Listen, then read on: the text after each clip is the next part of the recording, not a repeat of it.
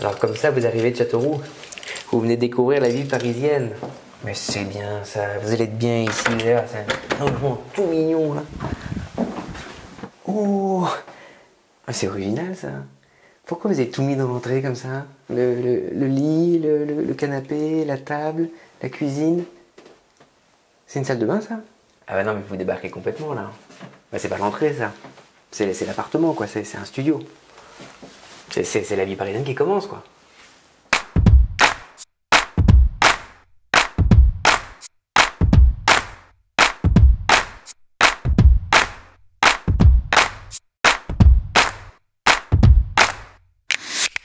Chercher un logement à louer, c'est pas une sinécure, on le sait bien, hein, dans les grandes villes surtout, il y a beaucoup de concurrence, il n'y a pas beaucoup de logements et donc pour décrocher ce logement, bien, il faut être un petit peu méthodique, hein, il faut suivre quelques conseils et justement, c'est le sujet de cette vidéo, on va vous donner 3 conseils pour décrocher votre logement. Le premier conseil, eh bien, c'est de bien caler vos critères de recherche. Le deuxième conseil, c'est d'avoir un dossier complet et le troisième conseil, c'est d'être réactif, dynamique, quoi, au taquet. Hein. En tout cas, il faut soigner le premier contact avec le propriétaire, c'est essentiel. Attends. Tu veux dire que je vais traiter directement avec le propriétaire? Bah oui, et je dirais même que c'est tout l'avantage de passer par PAP, c'est que vous êtes en contact direct avec le propriétaire. Alors évidemment, il faudra le rassurer sur votre solvabilité, ça on le verra juste après, mais vous avez vraiment l'opportunité de valoriser votre candidature. Si vous avez l'air un peu sympa et que vous avez l'air sérieux, ça peut faire la différence. Je vous assure que les propriétaires sur PAP ne louent pas toujours au locataire qui a les meilleurs revenus. Le feeling, ça compte énormément. Puis un autre avantage de passer par PAP, c'est que pas de commission à payer. C'est complètement gratuit pour le locataire. Ok, alors tu as commencé par dire qu'il fallait bien choisir ses critères de recherche. Quoi, c'est important ça? Enfin, je veux dire, moi c'est pas compliqué. Je veux un 2 pièces dans le 2e arrondissement de Lyon. J'ai un budget de 700 €. C'est tout quoi. Ce sont là mes critères. Bah oui, non mais ça, d'accord. Mais la question c'est est-ce que vos critères sont pertinents? Il y a une règle à avoir en tête. En général, le propriétaire exige que le locataire ait des ressources qui représentent idéalement 3 fois le montant du loyer. Donc pour un loyer de 700 €, dans votre cas, il faut que vous gagniez au minimum 2100 €. 2100 € en net avant prélèvement à la source, c'est un chiffre que vous trouvez facilement sur votre fiche de paye. Donc voilà, en pratique, la règle c'est au moins 3 fois le montant du loyer. Allez, il faut gagner 2100 € pour louer un truc qui coûte 700 € par mois. Bah, c'est mort. Moi, je suis à 1008. Non, c'est pas forcément mort. La règle des 3 fois, c'est une règle de prudence qu'observe une majorité de bailleurs pour être sûr que vous pourrez payer votre loyer tous les mois. Mais parfois, ils se montrent moins exigeants. Si vous avez la caution d'un proche, par exemple, ils peuvent être plus enclins à estimer que vous êtes suffisamment solvable. Même chose, j'en parlais tout à l'heure. Si vous êtes sympa, sérieux, avenant, que vous arrivez avec un dossier hyper complet avec toutes les pièces au cordeau, même chose, ils peuvent être rassurés même si vous n'avez pas tout à fait 3 fois le montant du loyer. Mais bon, je crois qu'il faut quand même garder à l'esprit que si vous n'avez pas les 3 fois, vous ne serez pas sur le dessus de la pile, quoi. Surtout si vous cherchez dans un quartier qui est très prisé. Vous risquez de vous prendre des portes, et puis de vous décourager, quoi. En tout cas, pour revenir à votre situation, c'est vrai que pour un loyer de 700 €, vous êtes un peu juste avec un revenu de 1800 €. Donc là, il y a 2 solutions. Soit vous voulez absolument habiter ce quartier, il va falloir vous rabattre sur un studio ou de la colocation. Soit il va falloir accepter de vous éloigner, donc d'étudier les lignes de transport en commun pour vérifier le trajet depuis votre fac, depuis le centre-ville, depuis votre travail, etc. Une dernière précision sur les critères de recherche. En location, on n'est pas marié avec son logement. On le quitte quand on veut, sans motif. Dans la plupart des villes, en un mois, on est parti.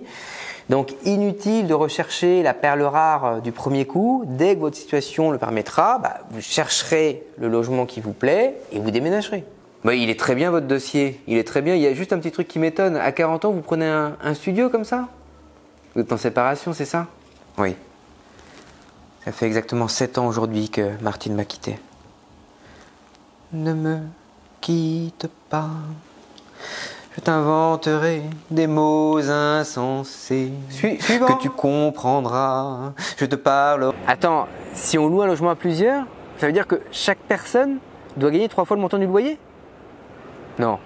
Ah non. Si vous êtes un couple ou en colocation, le propriétaire additionne vos revenus pour vérifier que ça fait bien 3 fois le montant du loyer.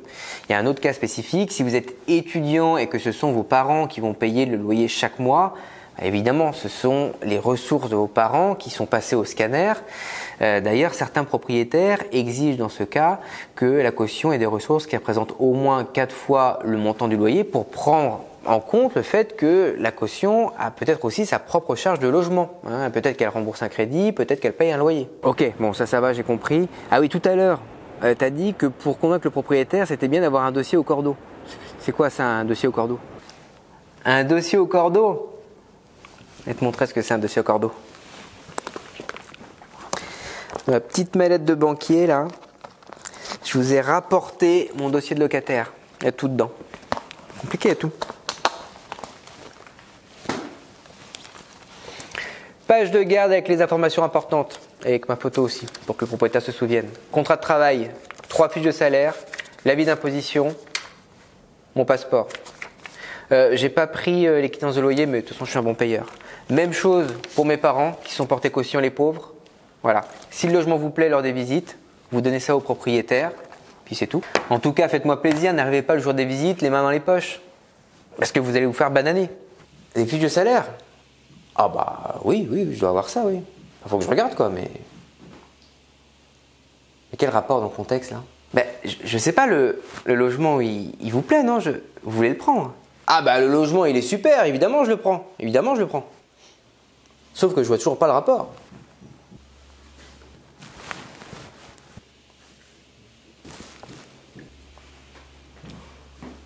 Au suivant. Si vous voulez être au top du top, vous venez lors des visites avec les originaux des pièces. En général, les propriétaires ne les regardent pas ou ils les regardent hyper rapidement, mais rien que le fait de les avoir avec vous, ça montre votre sérieux. Ça montre que vous jouez carte sur table, vous gagnez des points. Alors après, attention, c'est pas parce que vous allez venir avec une petite pochette comme ça de premier de la classe que vous allez choper un logement en claquant des doigts. J'ai pas dit ça. Pas dit ça. Mais ça sera peut-être le détail qui vous permettra de vous distinguer d'un dossier équivalent. Contrat de travail, fiche de salaire, tout le monde n'est pas salarié. Je suis pas salarié moi. Ah bah oui, je sais bien, mais là c'est la liste générale, la liste classique. Mais vous pouvez retrouver la liste des documents que le propriétaire est en droit de vous demander dans le décret 2015-1437 du 5 novembre 2015 que tout le monde connaît.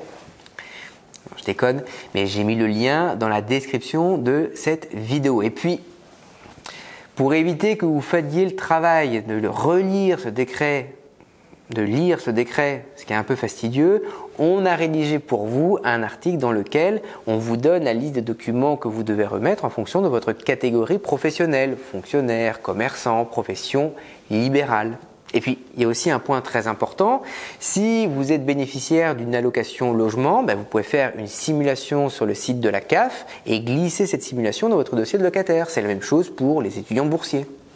C'est pareil, tu dis caution solidaire, mais tout le monde n'a pas de caution solidaire. Alors comment on fait? Il y a Visal quand même. Il me semble qu'on en a parlé une paire de fois, non? Alors, je rappelle ce qu'est le Visal pour les deux du fond. Le Visal, c'est une garantie publique et gratuite pour le locataire et pour le propriétaire. Ça concerne tous les locataires de moins de 30 ans ainsi que les locataires de plus de 30 ans jusqu'à 1 500 € net de revenus. Et le Visal, vous pouvez le demander tout de suite, avant même de commencer les visites. L'idéal, c'est même de pouvoir le glisser dans son dossier de locataire que vous remettrez ensuite au propriétaire. Alors, pour faire votre demande de Visal, je vous renvoie sur le site visal.fr. Et pour les locataires qui n'ont pas de caution solidaire, qui ne peuvent pas bénéficier de Visal, il reste des offres qui sont proposées par des sociétés privées d'assurance. C'est le locataire qui s'assure. Ça concerne plutôt les bons dossiers. Il faut être assez solvable. Et puis, il faut être prêt à payer une cotisation d'environ 3% du montant du loyer. Et les critères de recherche, c'est fait. Le dossier du locataire, c'est fait. C'était quoi le troisième conseil déjà? Le troisième conseil, c'est la réactivité. En général, les propriétaires qui publient une annonce sur PAP mettent peu de temps à trouver un locataire. Surtout dans les grandes villes. En général, dès la publication de l'annonce, bah voilà, les demandes commencent à affluer. Donc, alerte mail obligatoire pour être informé des nouvelles annonces qui correspondent à vos critères. Dans l'annonce, s'il y a un téléphone, on appelle. S'il n'y a personne, on laisse un message. S'il y a un mail, on envoie un mail tout de suite. Maintenant, là. Envoyez maintenant. Ça ne sert à rien d'attendre. Alors, s'il vous plaît, que ce soit à l'oral ou à l'écrit, il faut essayer d'être un tout petit peu disert. On évite ce type de message-là, qui n'est pas terrible. Non, il faut expliquer un peu votre situation. Hein. Vous êtes célibataire, vous êtes en couple, vous êtes en colocation, votre métier, vos revenus, pourquoi ce logement correspond à vos attentes. Tout ça, ça va donner de la personnalité, de l'épaisseur à votre dossier et ça permettra au propriétaire de le distinguer des autres dossiers. Alors vous verrez que sur PAP, quand vous contactez un propriétaire par mail, on vous propose aussi de remplir un formulaire avec les éléments essentiels de votre candidature. Alors c'est pas du tout obligatoire, mais on vous recommande de le faire parce que ça permet au propriétaire de mieux filtrer les candidatures pertinentes. Oh là, mais ça marche super bien tes conseils là. Bah, regarde, j'ai un numéro d'un appel que je connais pas. C'est un propriétaire qui rappelle, ça c'est sûr, c'est sûr. Allô? Ouais, non. Non, les droits CPF. Ouais, je sais, vous m'avez déjà appelé. Ouais, non, je vous ai déjà dit, non, je ne veux pas me former. Ni aujourd'hui, ni demain, ni jamais. Voilà, vous pouvez rayer mon nom, je ne veux pas me former. Voilà. Ouais. Bah oui, à la prochaine, ouais. Tout ça pour dire qu'il faut être réactif. Dès qu'il y a une nouvelle annonce publiée, je vérifie. Si ça me va, j'appelle, j'envoie un mail. Et il faut avoir l'air motivé. Les propriétaires qui passent par PAP parce qu'en général, ils ont fait 1 ou 2 investissements locatifs. Ils ont pris un risque et donc ils veulent connaître leur locataire. Ils veulent un locataire entre guillemets sympa, en qui ils peuvent avoir confiance, sérieux et avec qui il sera facile de discuter. Donc ne négligez pas cette part affective. Avec tous ces conseils, vous allez faire plein de visites. Alors s'il vous plaît, ne gâchez pas le boulot. On vous a fait juste ici une vidéo avec les choses à faire et surtout à ne pas faire lors des visites. Je vous invite à voir toutes nos autres vidéos et puis à vous abonner à notre chaîne YouTube. À bientôt!